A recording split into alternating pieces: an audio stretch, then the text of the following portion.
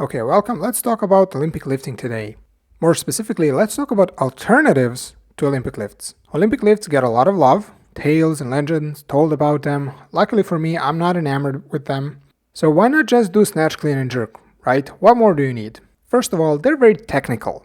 They take a long time to master. We're talking about years, not days. And since you can move a lot of weight, they're very risky, especially for athletes, especially for people who are already very strong and powerful. And 3, in order to be safe, your spinal discs have to add layers of laminated collagen to become thicker and stiffer, which may not go very well with your sport. So there are certain biological adaptations that need to happen to make these movements safer for you. Also, this process takes a long time, and that's it. Okay, so understand this. These movements have been selected in such a way that a person can lift as much weight over their head as possible. That's it. Nothing magical about them. Okay, so here we come to some alternatives. Mike Boyle, for example, says it's dumbbell snatch, medicine ball throw, and medicine ball jump squat. I don't fully agree with him here, but first, let's ask the question if traditional clean offers some advantage over alternative movements. So a clean is a bipedal movement. You can handle a lot of weight, and you can produce a lot of force, because it's a mechanically optimal way to produce force.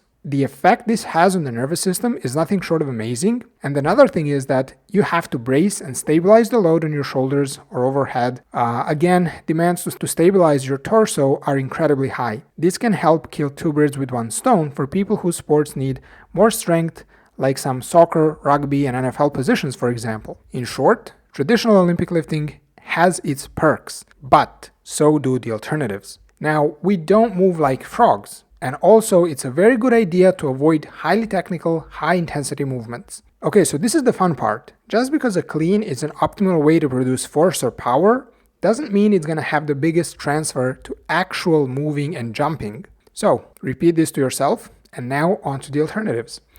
Cleaning a dumbbell or kettlebell is the first one. This is a great movement. You get way less weight. It's far safer. You get to learn how to produce power in your hips and knees. It's very good for beginners and young athletes. For older and much stronger people, it may not be good enough because, again, it's a bipedal movement. That's how everyone always presents this. And I get it. It's like if you're offering advice to people online, it's a great way to do so because you have essentially just half the amount of load a person is going to be using so that they can focus on power production. And it's great, and it works, and it's great. However, if you're older, a lot stronger, you've been training for a while, if a person can clean 100 or over 100 kilograms, cleaning 50 with both legs may be too easy. So I offer a simple solution. Do it on one leg. And don't cling to 50% of the weight of your clean. Reassess and select the right amount of load. The problem is intensity and power demands high stability. The heavier you want to lift, or the faster you want to move the weight, the more stable you need to be. And you will create this stability by using another leg for support. Simply put, stand like you're just about to sprint. The back leg is going to be angled at about 45 degrees, and it's going to be behind you, and it's there for support. It's there so that you can stand in the most optimal position to produce a lot of force with the front leg. Okay, so this one leg, one arm clean or snatch will put great demands on your stabilizers as well. It's a unilateral movement. It will transfer great into your sport. Actually, it will transfer great into almost any sport. Now, the medicine ball throws and squat jumps are better suited for teaching beginners because these movements are quite less complex. And I think they're more suited for younger athletes, and especially when people need to put higher emphasis on speed of execution. So they can also be executed dominantly on one leg, like I've just described, but they cannot be executed on one arm, one leg, which may or may not be the problem, depending, what you need. Okay, so in my opinion, like I said, I'm not in love with Olympic weightlifting. This is nothing magical for me, and clean is an overglorified, grossly overloaded jump. No wonder it transfers so well to vertical leap, huh? Now, some people say jumping is a lousy alternative to Olympic lifting. I disagree.